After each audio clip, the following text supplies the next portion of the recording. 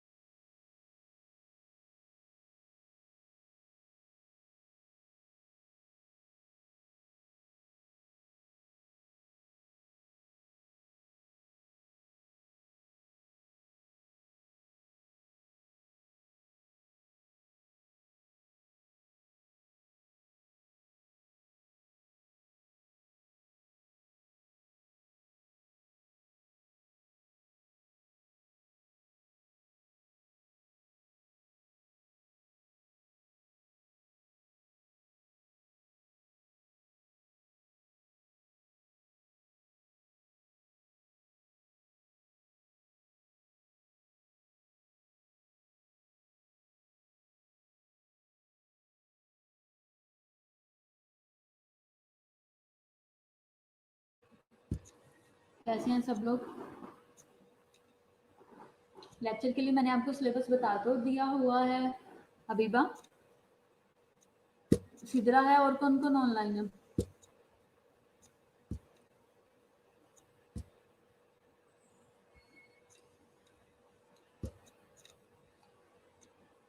सिद्रा और लुबाना, ठीक है। मैंने आप लोगों को सिलेबस बता दिया हुआ है, जो हमारा सिलेबस है और जितना हमने अभी तक पढ़ा है वो सारा बीच में आएगा, सिवाय एयरवे मैनेजमेंट को और ईटीटी को। ठीक है, उसके अलावा बाकी सारा जितना पढ़ा वो सब आएगा। ठीक है, गुड आफ्टरनून। अच्छा, आज का हमारा टॉपिक है लीगल और एथिकल एस्पेक्ट्स जो नर्सिंग के अंदर आते हैं। ठीक है,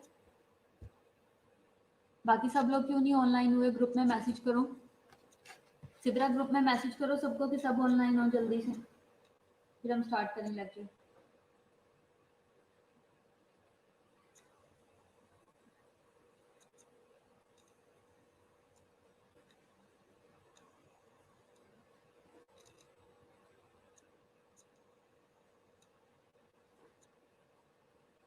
सबको ग्रुप में मैसेज करो। आवाज आ रही है मेरी?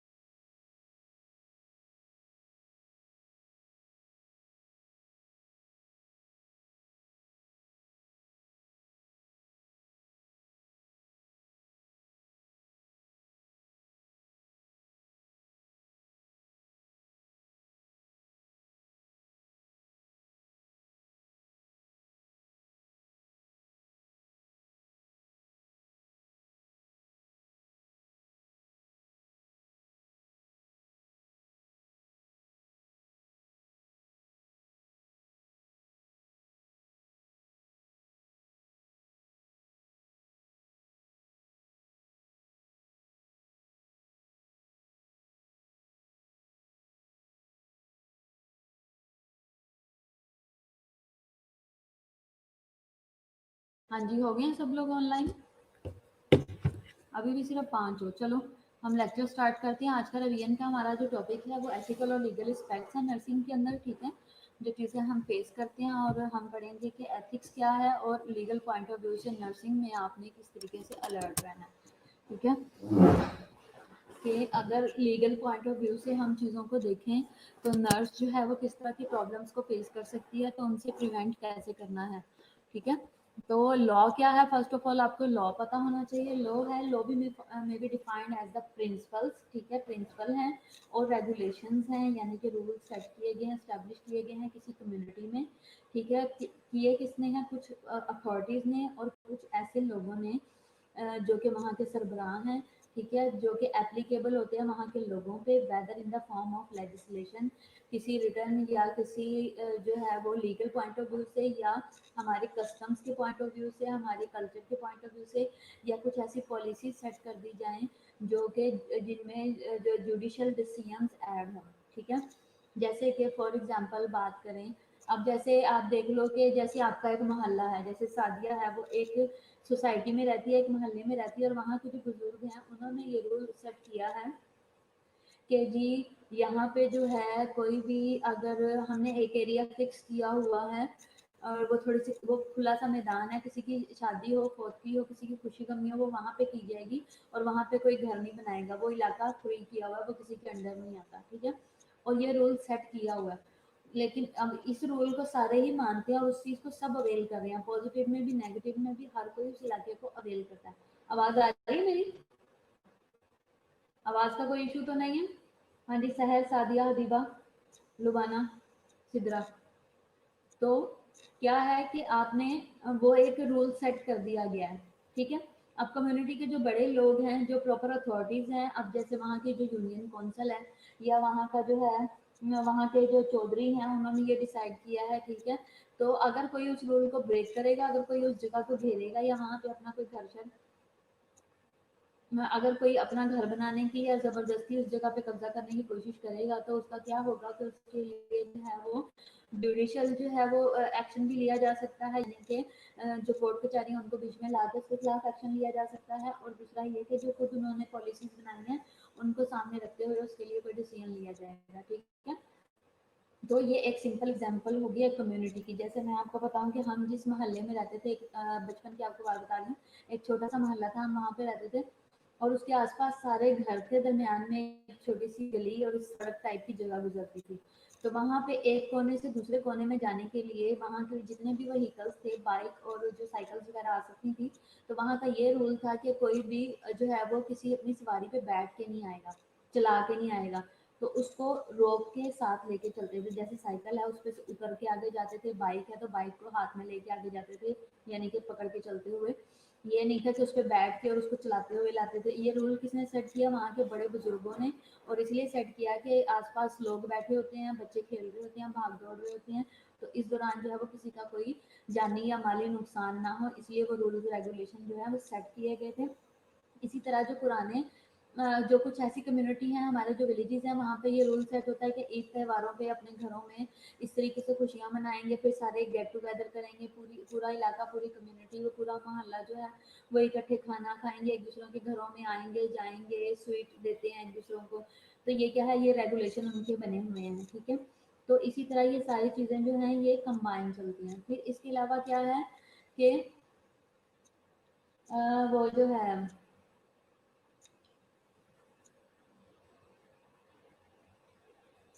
क्या कहते हैं, इसी तरह आप किसी ऑर्गेनाइजेशन की बात कर लो, ऑर्गेनाइजेशन के जो पॉलिसी मेकर्स होते हैं, हर एक डिपार्टमेंट के जो एचओडीज होते हैं, वो सारे मिलकर पॉलिसीज बनाते हैं कि हमारी वार्ड में ये रूल्स होंगे, हमारी वार्ड में ये प्रोटोकॉल सेट हैं, हम इन्हीं को फॉलो करेंगे। अगर कोई उसको ब्रीच करता है तो उसके खिलाफ जो ऑर्गेनाइजेशन है वो एक्शन लेती है, और जो उनको फॉलो करके चलते हैं उनके लिए जो है वो एक प्रॉपर जो है वो एक सेटअप जो है वो चलता रहता है, ठीक है। तो ये इस तरह की चीज़ है।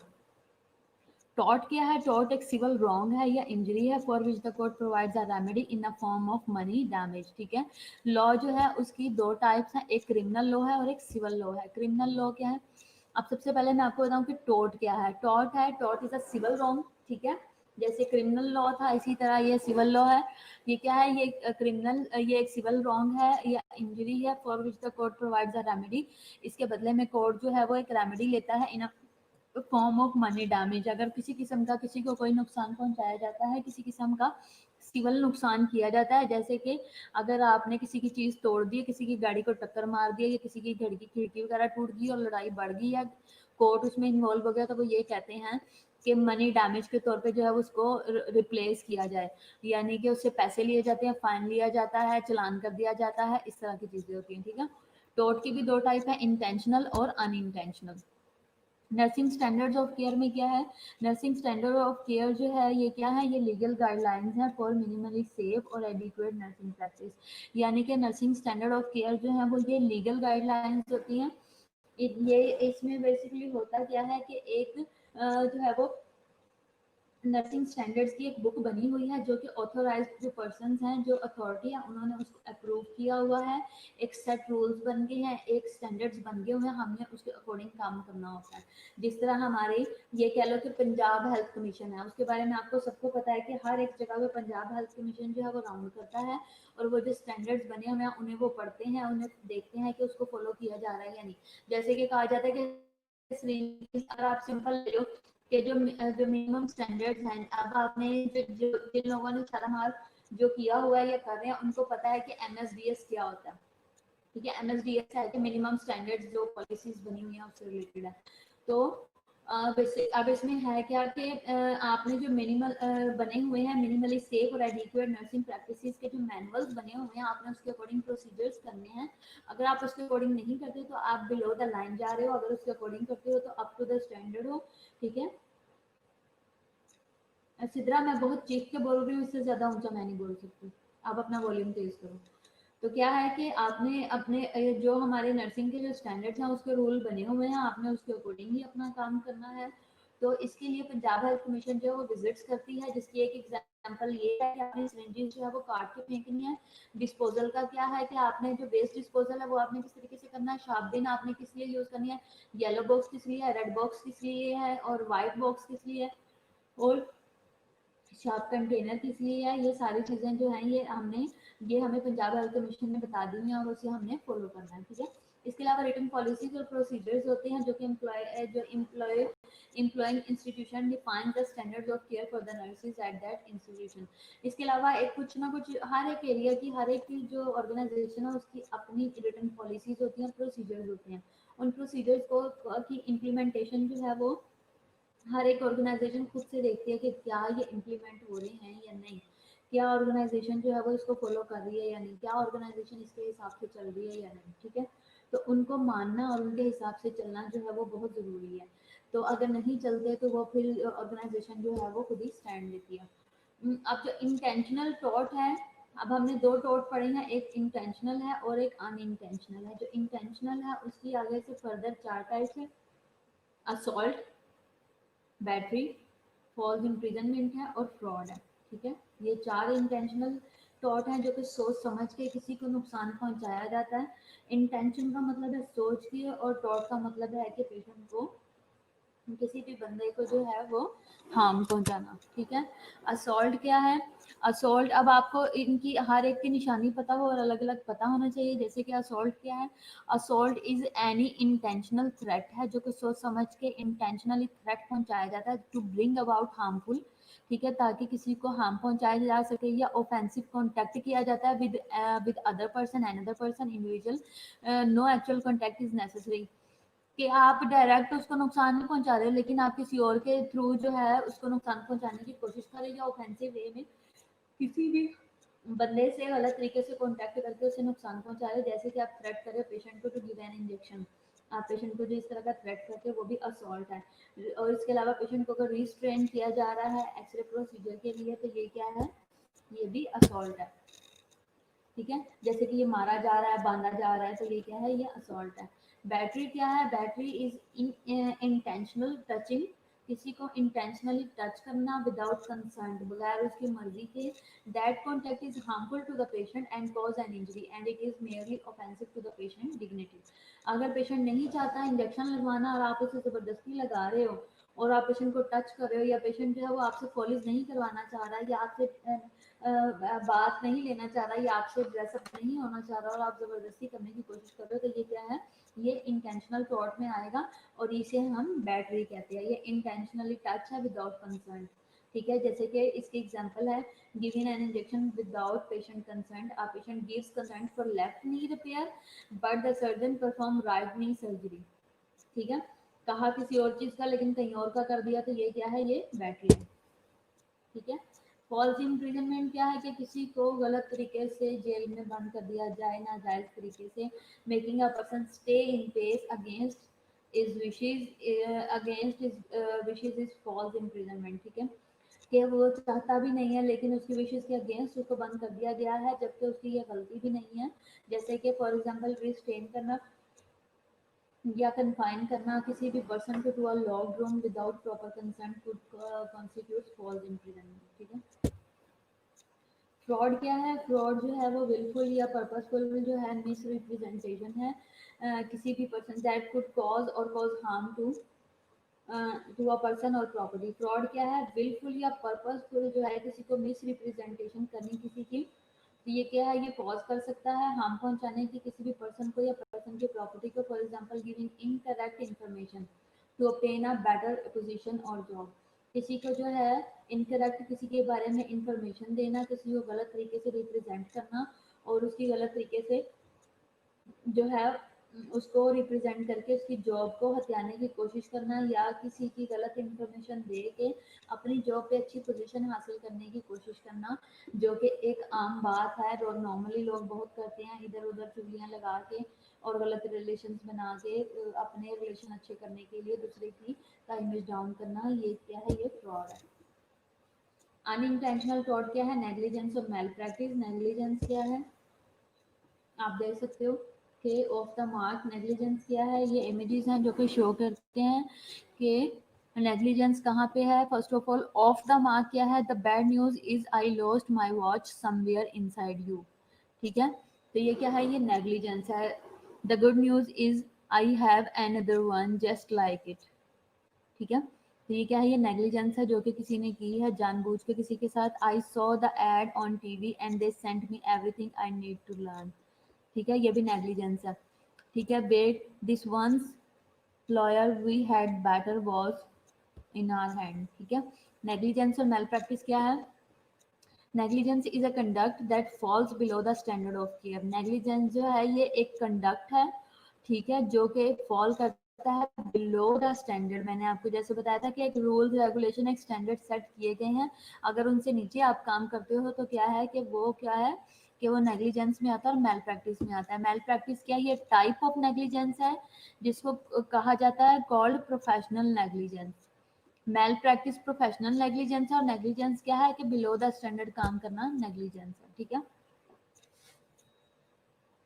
कॉमन सोर्सेज क्या है नेग्लिजेंस और मेल प्रैक्टिस के, medication errors that result injury to the patient, burn caused by equipment और स्पिल्स ऑफ हॉट लिक्विड्स, ठीक है।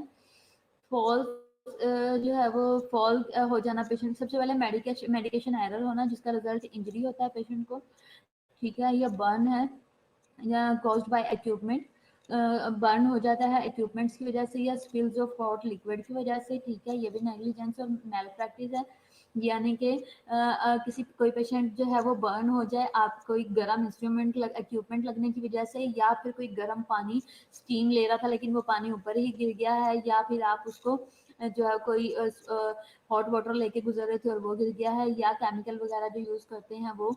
दूसरा फॉल्स हो गया है, पेशेंट गिर गया है resulting in injury to the patient, अगर पेशेंट गिर जाता है तो उसके नतीजे में उसको जो इंजरी हो जाए। एरर हो जाए, एरर इन स्पंज और instrument needle count in surgery cases, अगर पेशेंट को ड्यूरिंग सर्जरी कोई नीडल वगैरह या कोई स्पंज वगैरह अंदर आ जाता है तो ये भी क्या है, मेल प्रैक्टिस है और नेग्लिजेंस है।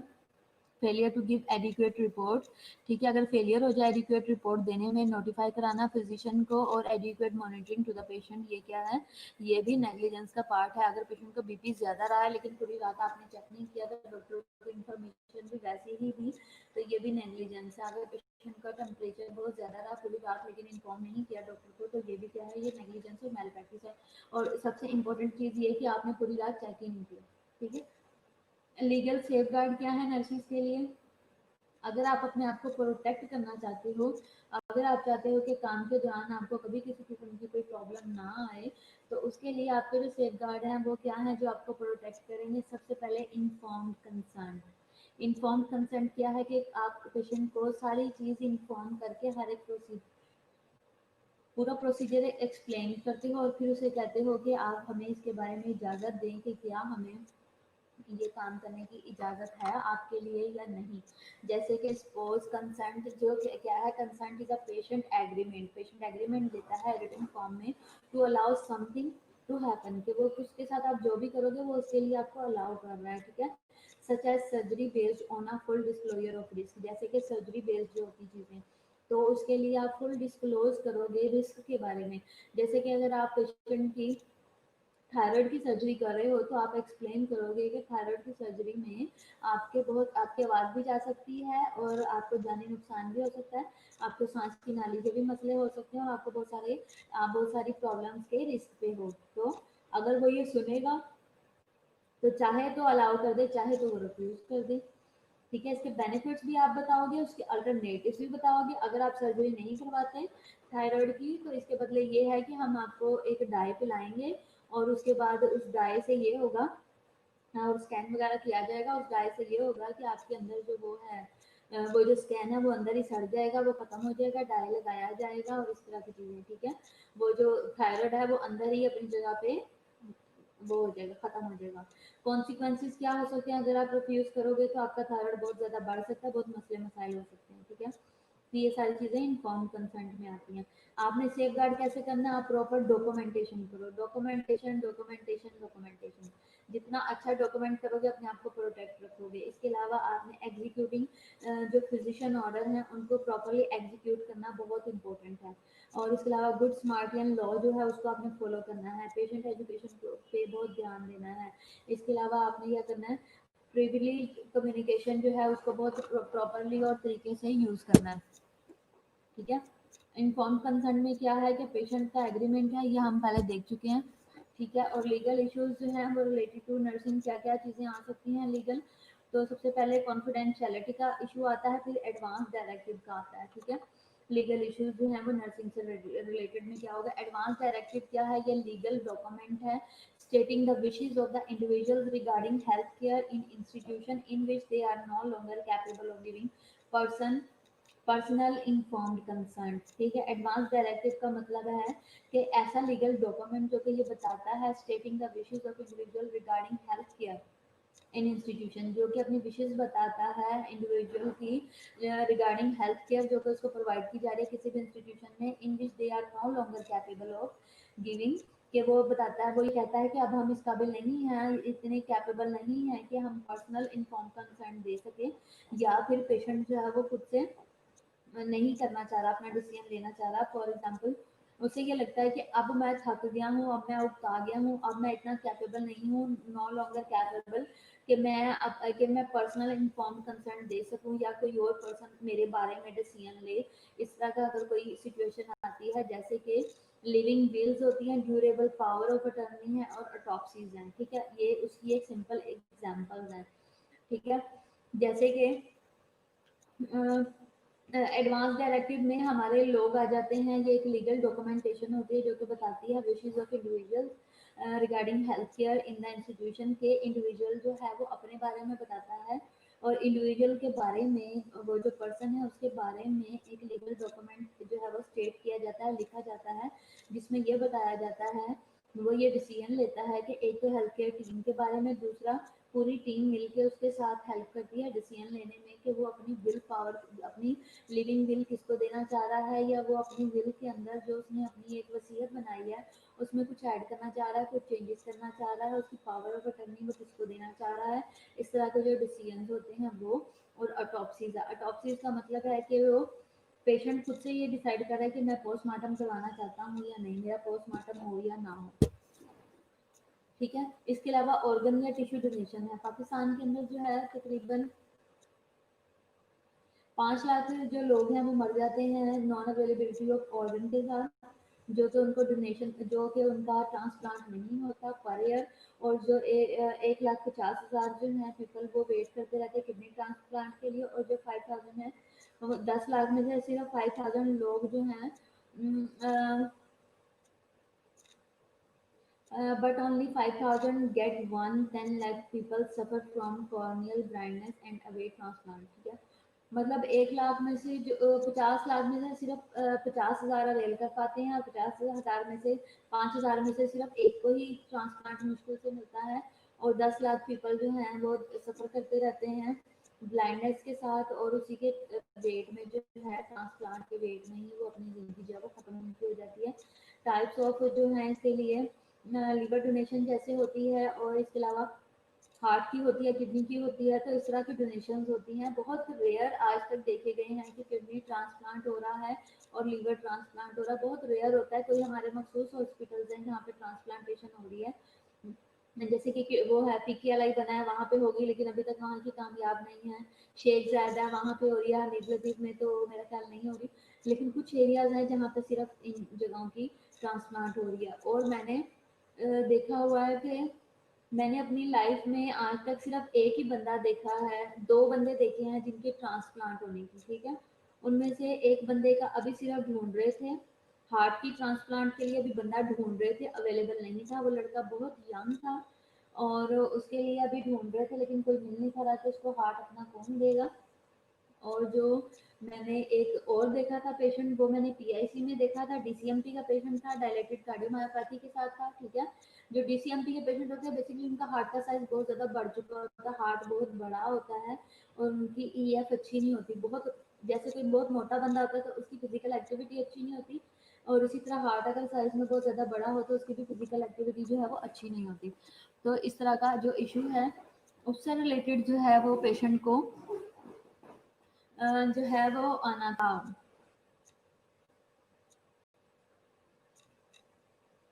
कि पेशेंट ने ट्रांसप्लांट अपना हार्ट का करवाना था, ठीक है।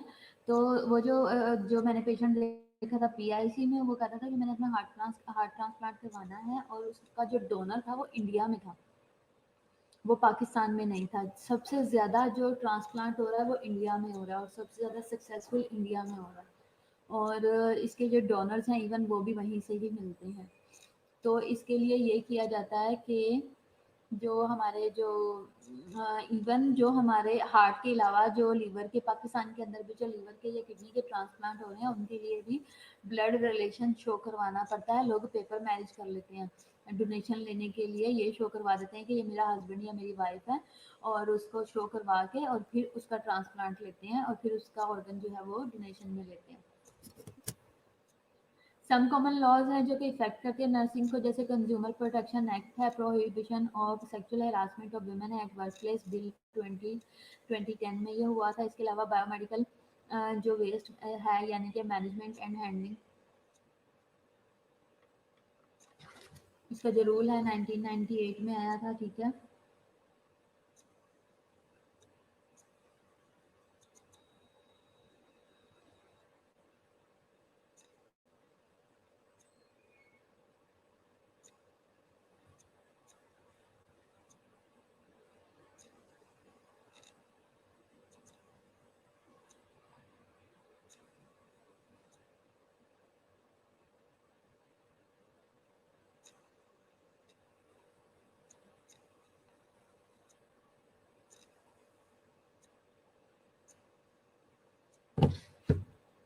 तो क्या है कि ये जो है ये रूल बना था 1998 में बनाया गया था, बायोमेडिकल वेस्ट को मैनेज करने के लिए और हैंडल करने के लिए। बेसिकली होता ये था कि जो बायोमेडिकल वेस्ट होता है, अब इसमें केमिकल्स भी आते हैं और बहुत सारी ऐसी चीज़ें आती हैं, बहुत सारे ऐसे वो हैं केमिकल्स, और बहुत सारी जो हैं वो हमारी लाइफ थ्रेटनिंग चीज़ें होती हैं, जो कि पेशेंट को, जो किसी भी पर्सन को डायरेक्ट और इनडायरेक्ट नुकसान पहुंचा सकती हैं, ठीक है।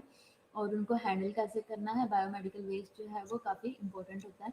और प्रोहिबिशन ऑफ सेक्सुअल हरासमेंट जो है वुमेन के साथ वर्क प्लेस पे बहुत ज़्यादा था, उस पर कॉमन लॉ जो है वो बनाए गए थे ताकि नर्सिंग जो है वो प्रोटेक्ट रहे, और कंज्यूमर प्रोटेक्शन एक्ट इसके लिए बनाया गया था। ठीक है। तो बेसिकली ये सारी चीज़ें जो हैं ये नर्सेज को सेव करने के लिए हैं और नर्सेज इनका प्रॉपरली यूज़ कर सकती हैं। ये जो रूल्स रेगुलेशन है इनको अपनी रूटीन ड्यूटी में इस्तेमाल करके और प्लस इनको सामने रखते हुए, इन चीज़ों को सामने रखते हुए अपने काम के ऊपर अगर बहुत ज़्यादा ध्यान दें तो हम कॉमन जो इश्यूज़ हैं, जो बेसिक इश्यूज़ हैं, हम उनसे बच सकते हैं। बहुत सारे ऐसे प्रॉब्लम्स आते हैं जो कि हमारी नेग्लिजेंस की वजह से और मेल प्रैक्टिस की वजह से आते हैं। ठीक है। अब नेग्लिजेंस का जो मेन सबसे बड़ा इशू है वो क्या है? Medication error. मेडिकेशन एरर बहुत ज़्यादा मेडिकेशन एरर्स हैं जिनके जो कि हमारे पाकिस्तान में होते हैं। क्यों होते हैं? क्योंकि हम जो है वो फोकस नहीं करते अपनी परफेक्शन के ऊपर। हमारा काम परफेक्ट हो, हम इस पर ध्यान नहीं देते। ठीक है। जैसे कि हम मेडिकेशन एरर बहुत ज़्यादा करते हैं। हम पेशेंट को, अब आप ये देख लो कि आपको याद होगा कि गंगाराम में पिछले साल एक केस हुआ था कि एक पेशेंट जो है उसको पेशेंट नहीं, न्यू बॉर्न बेबी था जिसको हीटर के पास ज़्यादा देर रखने की वजह से वो बर्न हो गया। ठीक है। तो ये किसका, किसकी नेग्लिजेंस है? ये नर्सिस की है, जो जिन लोगों ने बेबी को, न्यू बॉर्न को रिसीव किया और उसे जो है वो हीट के पास रखा वक्ती तौर पे टेम्परेचर मेंटेन करने के लिए और फिर उसे वहां से उठाया नहीं।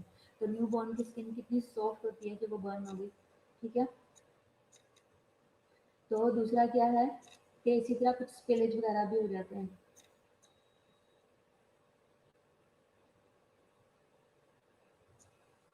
इसी तरह स्पिलेज हो जाता है, वो भी प्रॉब्लम करता है। इसके अलावा क्या है?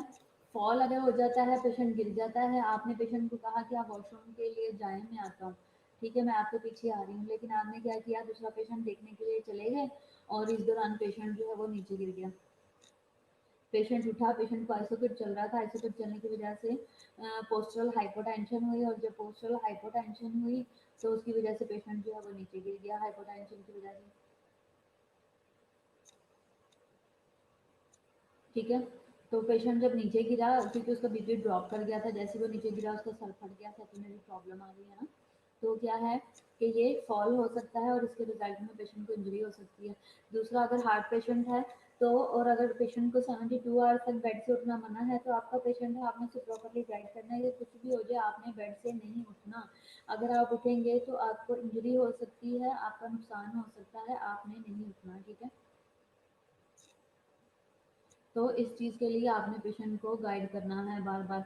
और अगर आप ऐसा नहीं करते तो उससे ये होगा कि पेशेंट गिर गया तो वो बात आपके ऊपर आएगी, और हार्ट पेशेंट अगर गिरे तो अरिथमिया होगा, अरिथमिया हो तो पेशेंट जो है वो सडन कोलैप्स भी कर सकता है। इसके अलावा जब सर्जरी के दौरान नर्सिस की रिस्पॉन्सिबिलिटी इस तरीके से आती है, नर्सिस का रोल ये बनता है कि सर्जरी में स्पंज काउंट करना नर्सिस की रिस्पॉन्सिबिलिटी होता है।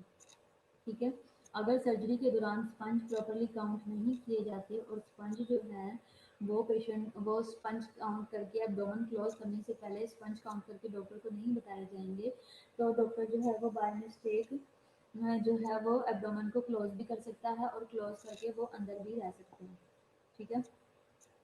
तो इसके नतीजे में क्या होगा कि पेशेंट को जो है वो सेकेंडरी प्रॉब्लम्स आ सकते हैं। फिर उसके बाद है failure to give adequate report. Instrument अंदर आ जाए तो इंजरी हो जाएगी, अगर नीडल अंदर आ जाती है एब्डोमेन के अंदर या चेस्ट में तो प्रॉब्लम आ सकती है।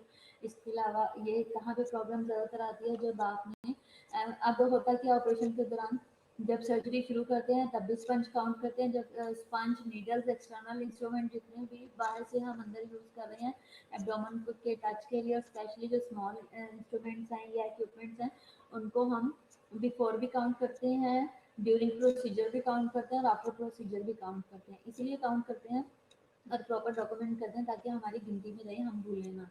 ठीक है। और इसके अलावा अगर जैसे 5 अगर गॉज के पैकेट खुले थे या 5 टोटल बड़े स्पंज लिए गए थे और वो थोड़े पड़ गए और भी ज़रूरत है तो 5 अगर और खोले हैं तो उनको +5 कर दिया जाता है, 5 + 5 करके डॉक्यूमेंट किया जाता है। ठीक है। नीडल जो है अगर और मांगी है तो डॉक्यूमेंटेशन में 2+1 नीडल कर दी जाती है। ठीक है। इसी तरह सीजर्स अगर बढ़ाई हैं तो वो भी। तो ये सारे के सारे इंस्ट्रूमेंट जो है प्रॉपर काउंट होते हैं। इसके अलावा क्या है, failure to give adequate report. अगर फेल हो जाए, प्रॉपरली रिपोर्ट ना करें, नोटिफाई ना करवाएं फिजिशियन को, एडिक्वेट मॉनिटरिंग ना करें पेशेंट की, तो भी वो प्रॉब्लमेटिक है पेशेंट के लिए। तो इस चीज़ के लिए बहुत ज़्यादा फोकस करें और बहुत ज़्यादा क्या है कि हमने इसके लिए अलर्ट रहना है। फर्स्ट ऑफ ऑल आप हमेशा ये बात रखो कि इंसानियत है, हम नस्ले इंसानियत के लिए काम करें। फर्स्ट ऑफ ऑल हमें खुदा का डर है। फिर उसके बाद आप ये देखो दुनियावी डर देखो कि अगर मैंने सही तरीके से काम नहीं किया तो मुझे जॉब से निकाला जा सकता है, मेरी जॉब पे के लिए खतरा बन सकता है, मेरे लिए नुकसान भी हो सकता है।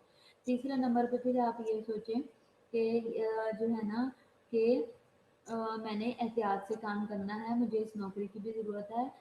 इसके अलावा सबसे इम्पोर्टेंट चीज़ ये है कि आप ये देखो, ये किसी की माँ है, बहन है, भाई है, किसी का बाप है, किसी का रिलेटिव है, किसी का भी नुकसान हो सकता है। जिसका नुकसान होगा उसकी फैमिली के लिए कितना वो है। तो इन चीज़ों को सामने रखते हुए अगर नर्सिस बहुत ज़्यादा ध्यान से काम करें तो एरर के, नेग्लिजेंस के, मैल प्रैक्टिस के चांसेस कम हो जाते हैं। अब आपने देखा होगा कि आप सारे जितने भी लोग हो ना, सब गवर्नमेंट में जाना शुरू हो गए हो। ज़्यादातर लोग अभी जाना शुरू हुए हैं, शुरू से नहीं जा रहे। आपने देखा होगा कि रात की मेडिसिन जो है सारी कंबाइन करके दे दी। सुबह 6 बजे की मेडिसिन 8 बजे तक जा रही है, रात की ड्रिप लगी अभी तक खत्म ही नहीं हुई, सुबह तक चल रही है। ठीक है, इनटेक में जो है वो 3 लीटर डाल दिया, लिया उसने 1 लीटर ही था। ठीक है, तो इस तरह के जो प्रॉब्लम होते हैं उनको क्या करते हैं कि वो ये सब क्या है, नेग्लिजेंस है। पेशेंट को रात फीवर था, ठीक है, लेकिन पूरी रात उसको तवज्जो नहीं दी। ठीक है, पूरी रात उसका फीवर चेक नहीं किया, तो उससे क्या हुआ कि हमने उसको प्रॉपरली नोटिफाई नहीं करवाया, डॉक्टर को नहीं बताया, फुल ध्यान नहीं दिया, नेग्लिजेंस की, जिसके नतीजे में ये हुआ कि जो है वो पेशेंट जो है वो उसने सफ़र किया। पूरी रात वो हाई ग्रेड फीवर में रहा और सुबह में आके एक तो उसको डिहाइड्रेशन हो गई, वीक हो गया, काफ़ी ज़्यादा प्रॉब्लम आ गई। तो क्या हुआ उसके नतीजे में कि पेशेंट एक्सपायर भी हो सकता है, आपके ऊपर भी बात आ सकती है और किसी की जान को नुकसान भी हो सकता है। तो हमने बहुत ज़्यादा एहतियात करनी है।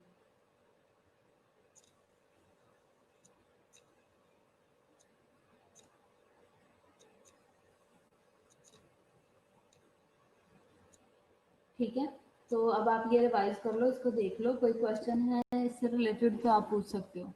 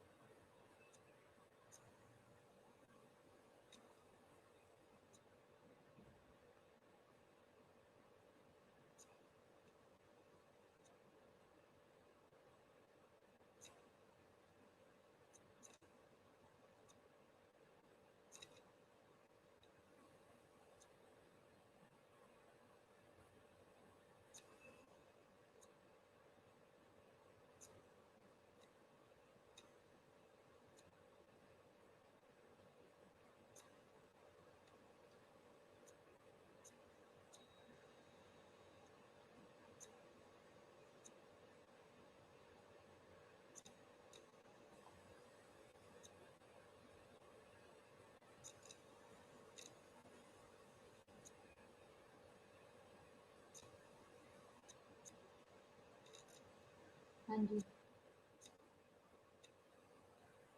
कोई क्वेश्चन है?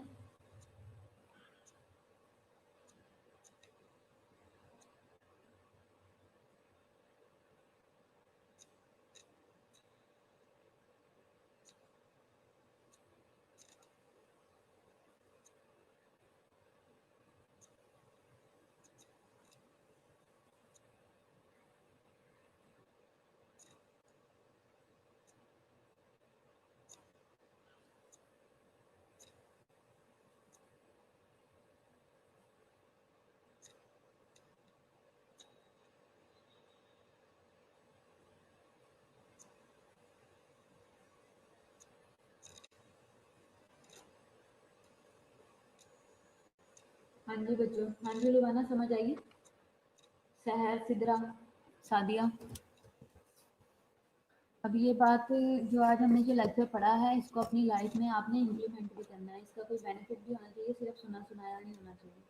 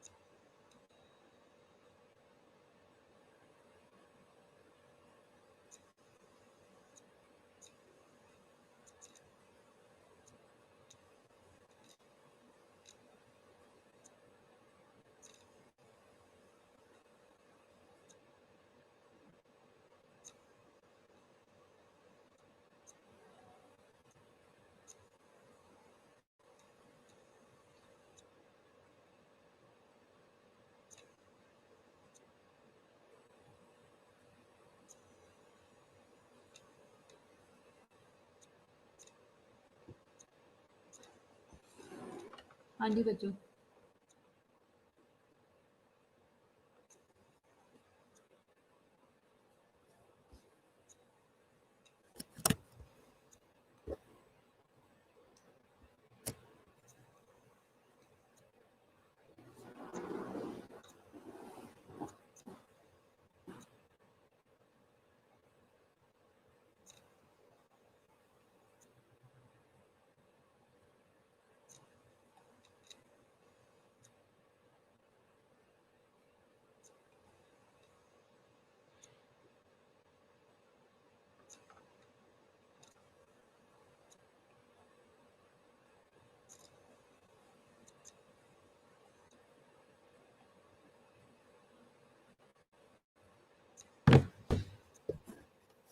एग्जाम की तैयारी कैसे चल रही है आप लोगों की?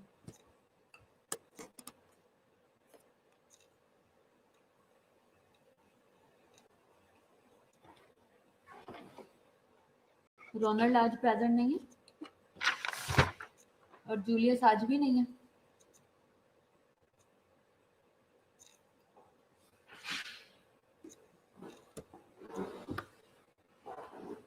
जूलियस को मेरा मैसेज नहीं दिया था कल? मैंने आपको मैसेज दिया था सबको।